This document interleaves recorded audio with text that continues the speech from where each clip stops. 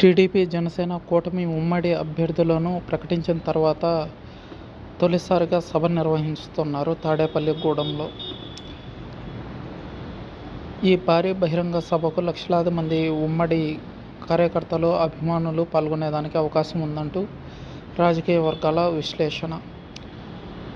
ఈ భారీ బహిరంగ సభలో ప్రభుత్వ వ్యతిరేక విధానాలపైన, అలాగే ఉమ్మడి మేనిఫెస్టో పైన స్పష్టత ఇచ్చే అవకాశం ఉంది.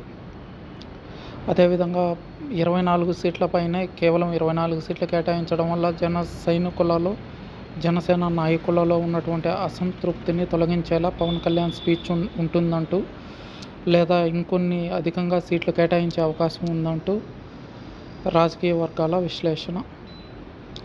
ఈ సభకు చంద్రబాబు నాయుడు గారు, అదేవిధంగా బాలకృష్ణ, లోకేష్, పవన్ కళ్యాణ్, ఇతర ప్రముఖ నాయకులు జనసేన నుంచి, టీడీపీ నుంచి పాల్గొనే అవకాశం ఉందంటూ సమాచారం.